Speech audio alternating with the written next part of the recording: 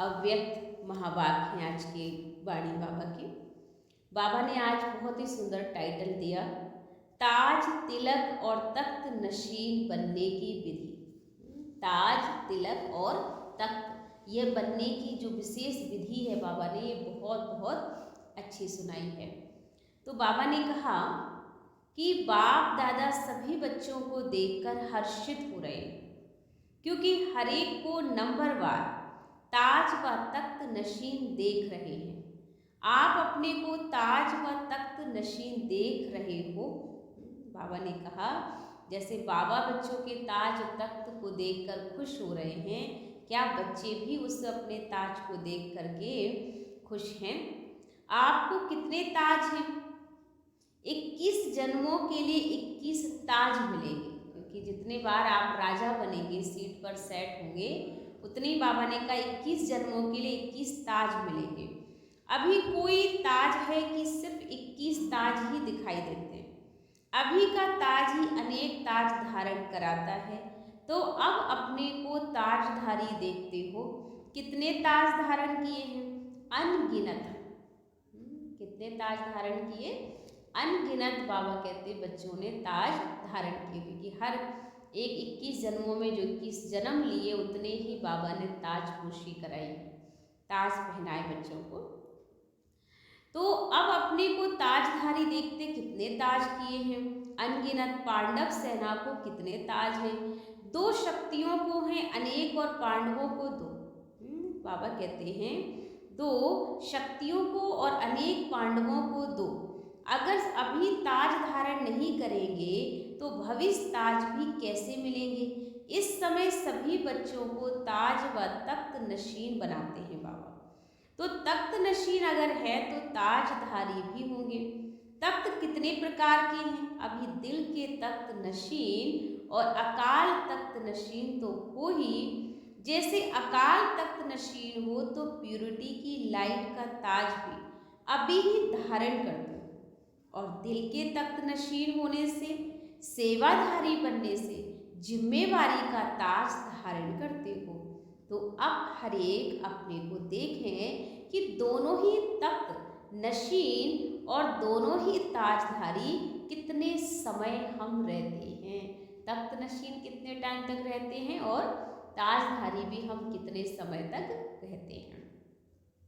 ताज और तख्त मिला है तो सब कोई है, लेकिन कोई कितना समय ताज व तख्त नशीन बनते हैं, ये हर एक का अपना अपना पुरुषार्थ है। बाबा ने सबको बराबर दिया, लेकिन बाबा कहते हैं कि सबका अपना पुरुषार्थ है। कौन कितने टाइम तक ताज तख्त नशीन रह सकता, कितने समय तक वहाँ पर राजाई करेगा, कितने टाइम तक पहनेगा, कितने जन्मों तक पहनेगा, ये सारा हमारा खुद का पुरुषार्थ डिपेंड करता है। तो बाबा ने कहा सबको मिले हैं, लेकिन कोई कितना समय ताज व तख्त नशीन बनते हैं, ये हर एक का अपना अपना पुरुषार्थ है। कईयों को स्थूल ताज भी धारण करने का अनुभव कम होता है तो बार बार उतार देते हैं, लेकिन ये ताज और तख्त तो ऐसा सरल सहज है जो हर समय ताज व तख्त धारी बन सकते हो। जब कोई तख्त नशीन होता है तो तख्त पर उपस्थित होने से राज कारोबारी उसके ऑर्डर से चलते हैं। अगर तख्त छोड़ते हैं तो वही कारोबारी उसके ऑर्डर में नहीं चलेंगे।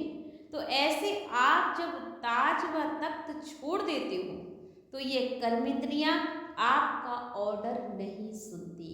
ये संगम युग के ताज तख्त नशीन की बात कर रहे हैं बाबा कि बच्चे यहाँ पर आप तख्त पर विराजमान रहोगे, अपनी स्वस्थिति पर विराजमान होगे तो आपकी कर्मेंद्रियां आपका ऑर्डर मानेंगी।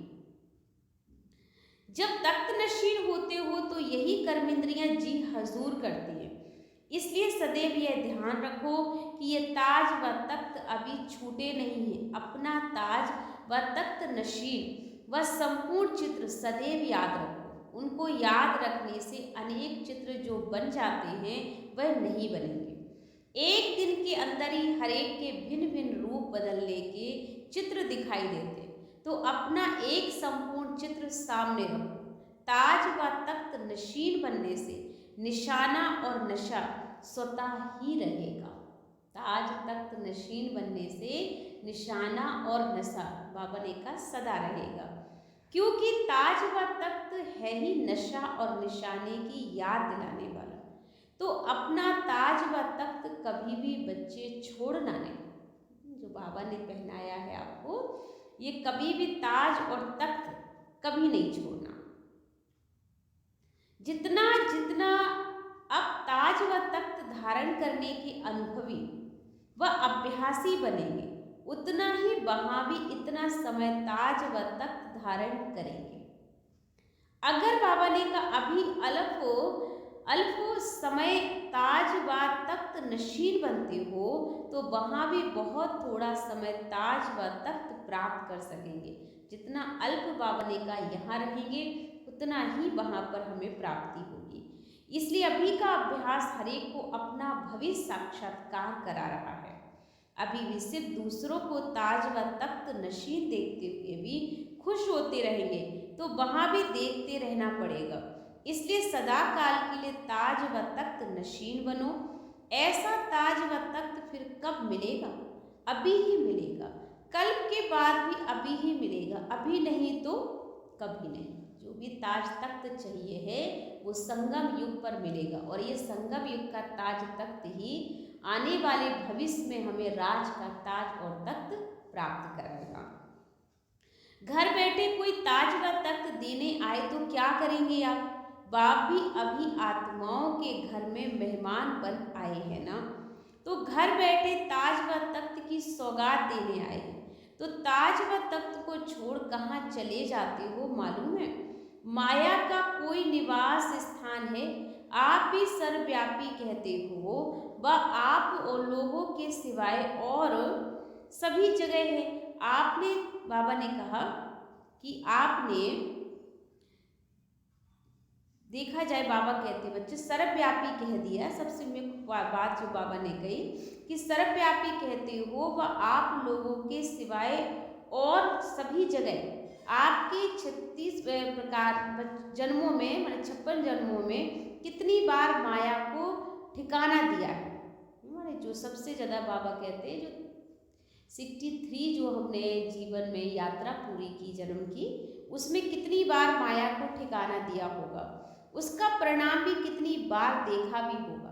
जो बहुत बार के अनुभवी होंगे फिर भी वह बात करें तो क्या कहेंगे? जैसे दिखाते हैं ना, ताज व तख्त छोड़कर जंगल में जाते थे, तो यहाँ भी कांटों के जंगल में चले जाते हो।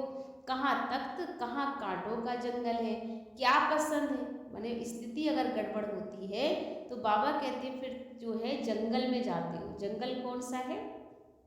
इस कलयुगी माया की नगरी में बुद्धि योग लग जाती है ना।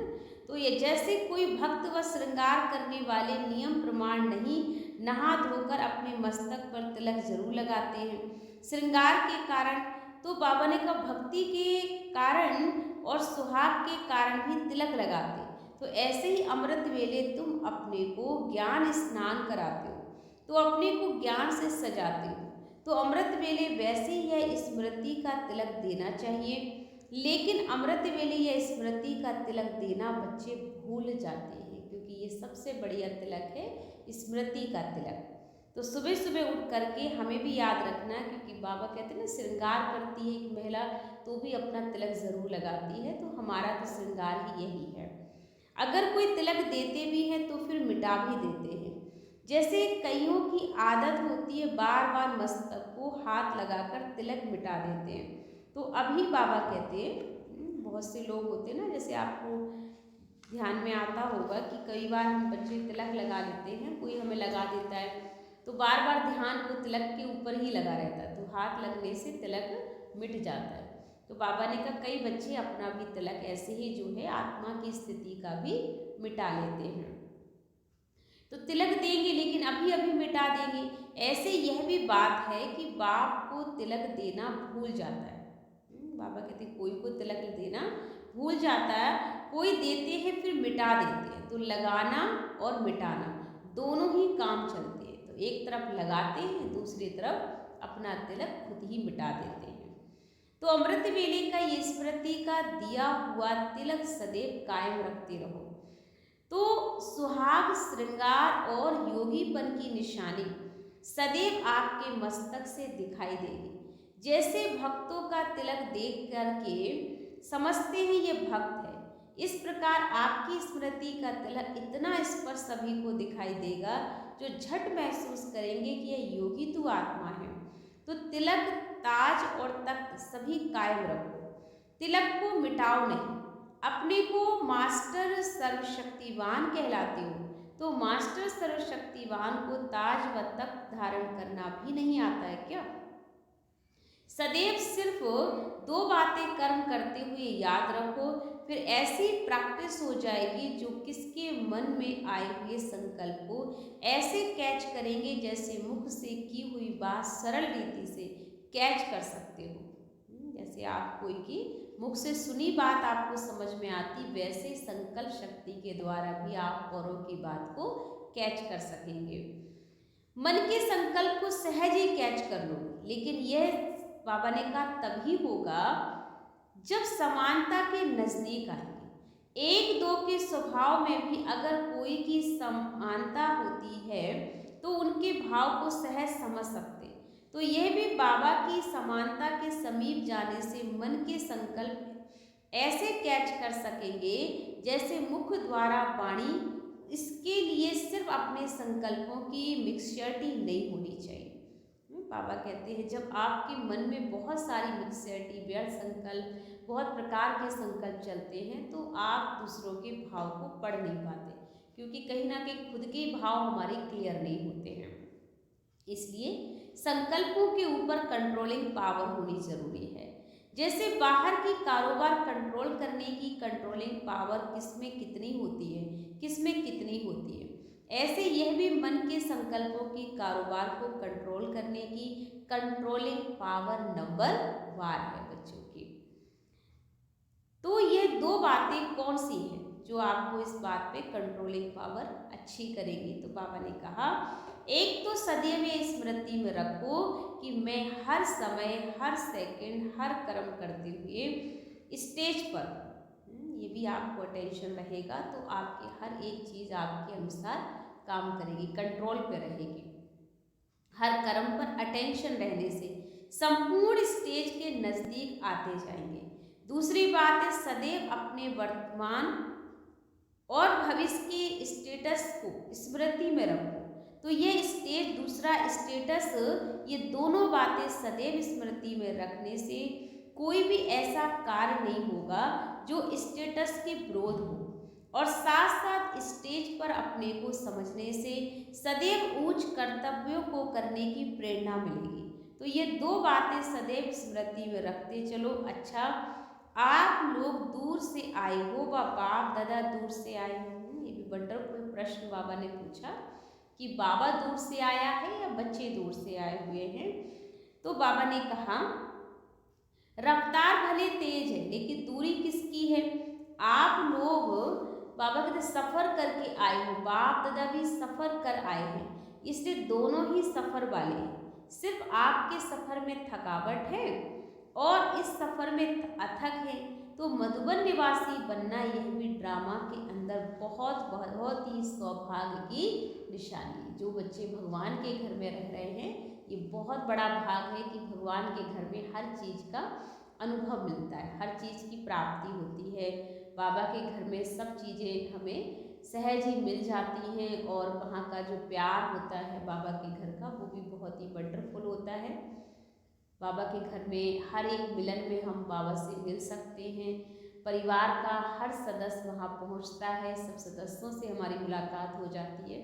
तो एक जैसे मेला होता है ना, मेले में जो लोग सामान बेचते हैं या वहाँ रहते हैं मेले में, तो उन्हें बड़ी खुशी होती है, क्योंकि जो भी लोग मेला देखने जाएंगे वो उनसे मिलकर आते हैं। तो जो मेला लगाए हुए हैं बाबा के घर में, उस मेले में हम जाते हैं और मिलकर आ जाते हैं, लेकिन वो तो हर वक्त उस मेले में रहते ही हैं। ये आत्मा परमात्मा का मेला है।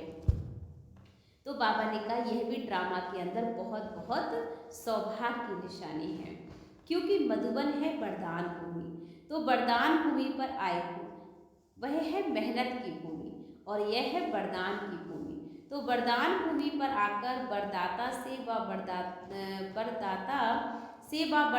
द्वारा निमित्त बनी हुई आत्माओं से जितना जो वरदान लेने चाहे वह ले सकते हैं। निमित्त बनी हुई श्रेष्ठ आत्माओं से वरदान कैसे लेंगे, ये हिसाब जानते हो? मधुबन में वरदान मिलता है, वायुमंडल में, पवित्र चरित्र भूमि में वरदान तो भरा हुआ है, लेकिन निमित्त बनी हुई श्रेष्ठ आत्माओं से वरदान कैसे लेंगे? तो वरदान में मेहनत कम होती है।